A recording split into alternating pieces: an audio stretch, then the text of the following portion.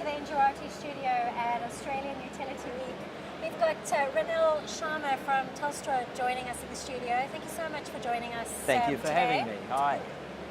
So we were having a bit of a discussion about Telstra's view of disruption and transformation in the industry, and we had a sort of discussion around sort of global changes and obviously Australian challenges and opportunities.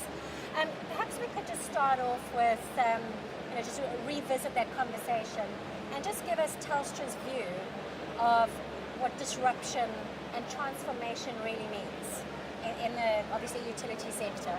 Look, thank you.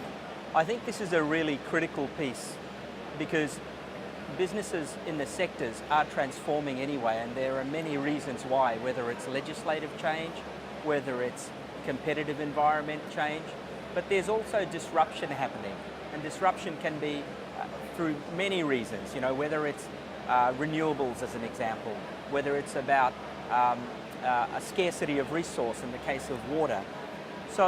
And disruption in itself creates transformation because businesses need to change to adopt to this.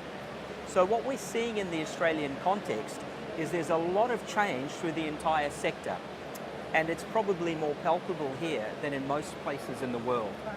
And our environment here is really leading many of these developments. So if we look at the regulatory change in electricity and the way it's structured here in the Australian market, it sets up a wonderful opportunity for global players to experiment and test out not only new technologies and new processes.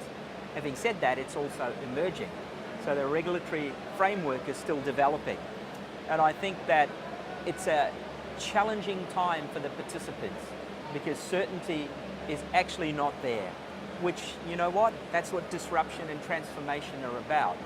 And I think that the key messages for most of the organisations in the sectors, albeit different, is that what is their vision for their business and for their market over the next 10, 20 years. Now that's challenging. For example, if we look at the electricity sector, if you're a gentailer and you've got a lot of heavy asset investment and the retail market is becoming a peer-to-peer model or a very aggressive retail market, then how do you transform that business, given you're publicly listed, into a new entity? And of course there's several ways you could do that. But for me, the biggest factors now are about what's the vision, and then how can you create a framework into solutions and business structures that can deliver that over an emerging period of time, whether it's 10 years or 20 years. Yeah, so we were talking about, the importance of sustainability within the sector. Yes. Are you seeing a lot of these, so the decision making and a lot of these technologies that are coming out here in Australia, do you think that these decisions are sustainable? Do you think much thought has been given to that aspect? Or do you think it's something that utilities perhaps still need to work on? Look, I actually think it's both, because I feel that the sector is spending a lot of effort trying to work out what are going to be sustainable solutions, sustainable business areas. However, the challenge is in an emerging market, in a disrupting, transforming market, we only know what we know. So therefore, if we're building solutions and directions based on what we know, we actually miss the white space that's created by disruption. So therefore, we risk that what we've done becomes irrelevant for the life cycle, which is where I think you're coming from. So sustainability is about relevance in a life cycle, and it's about being able to cope with the emergence of white space, whether it's in terms of revenue opportunities, whether it's in terms of customer experience opportunities, whether it's in terms of balance sheet opportunities. And so I believe that where our sectors need to now focus is to step outside a little bit from the traditional approach, value what you've done because it is valuable, and then now explore, well, how do we take this vision into this white space of a disrupting, transforming market, and what are the outcomes that are possible? All right. Let's talk a little bit about the current opportunities that there are in the Australian market. Let's highlight those and see how we're faring in this region at the moment. Are these opportunities really being taken advantage of, do you feel? Well, that's a really good question. I think the biggest one would have to be in electricity with the regulatory change and the Yeah. car of choice. So and there's a journey. So our distribution networks are on their journey, and they're doing some great work, for example, with CSIRO, in what does the DNSP of the future look like, and it's forming.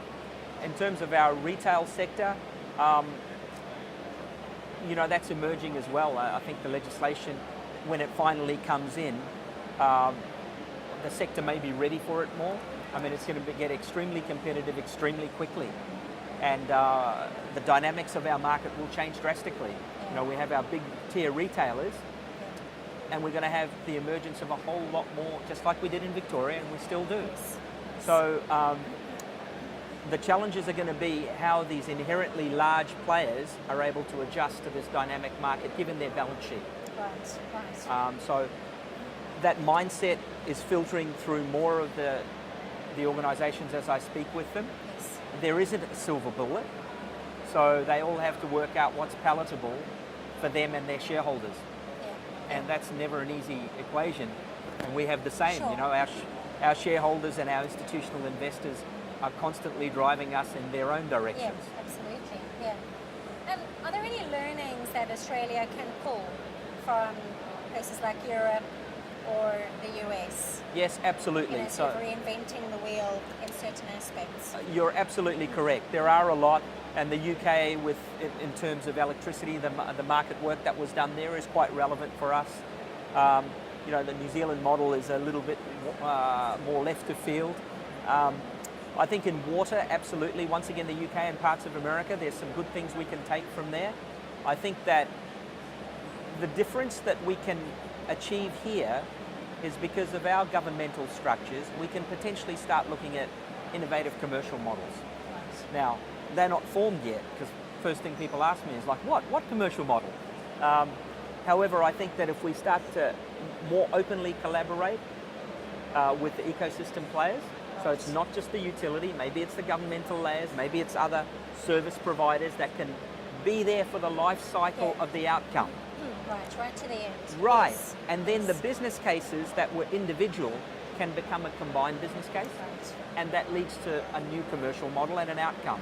Okay. And I think these are the dynamic things that we can potentially create here in Australia that haven't necessarily been done outside of legislation elsewhere.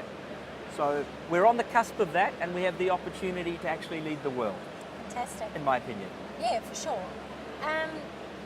With regards to the utility space here in Australia and in New Zealand, where do you think they will be in 5 to 10 years' time? Where do you think there will be some really massive changes?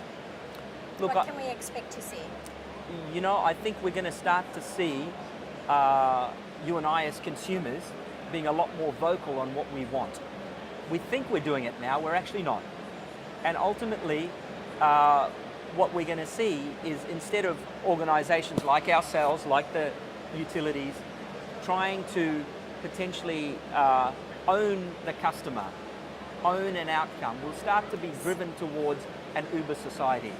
Right. So these disruptive models are getting more pervasive, and even the disruptors are now getting disrupted. Okay. So we need to be mindful of how that experience is going to be for customers, because ultimately that customer experience will drive us in our investments. Okay. So we need to try and stay ahead of that a little bit.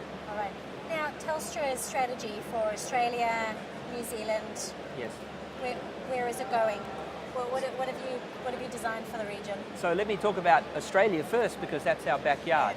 One of the key enabling technologies for this sector is going to be the narrowband IoT, Right. which we'll be launching in early next year. So the technology will be available all the way from very narrow to very broad. Right. And that opens up the opportunity for lots of different applications, whether it's water metering and battery life, all the way through to full multimedia streaming on your phone, as we have now. Yes. And I think the thing is that these networks now, these solutions and technologies, provide it as a service. It's not a matter of building something and running it and having life cycle management issues, having challenges with altering technologies in there. Yes. It comes as a telco grade service. And then we're wrapping around more specific services that are helping our customers with those long-term outcomes. Right. And we're in the process of doing that right now. And the best thing is we're co-designing that with our customers, because we don't want to be, we're going to build it and you should use it. We're actively involved in how can that best service you. Okay, all right, sounds exciting. So you say this is next year? January, February, we'll have our very narrowband IoT networks functional. Fantastic. Yeah, it's an exciting time for us. For sure. My final question to you. What would be your advice to the energy sector as a whole? Not necessarily for Australia, maybe it could be a global piece of advice. I think the biggest thing that I would say is that there are so many pieces of emerging technology, so many pieces of enabling technology, whether it's renewables and generation, through to consumers and what may happen at the edge. But I feel that, if anything, the utility sector and the infrastructure sector like us would be best served to try and create collaborative environments where we can look at and to some extent be able to forecast and guide what that future experience is going to be like. And that then leads to an efficiency of investment as well as a better optimization of what some of those outputs can be. Superb, sound piece of advice. Thank you so much, Ranil, for joining us. Hope you enjoy the rest of the event. And to our viewers, thank you so much for joining us.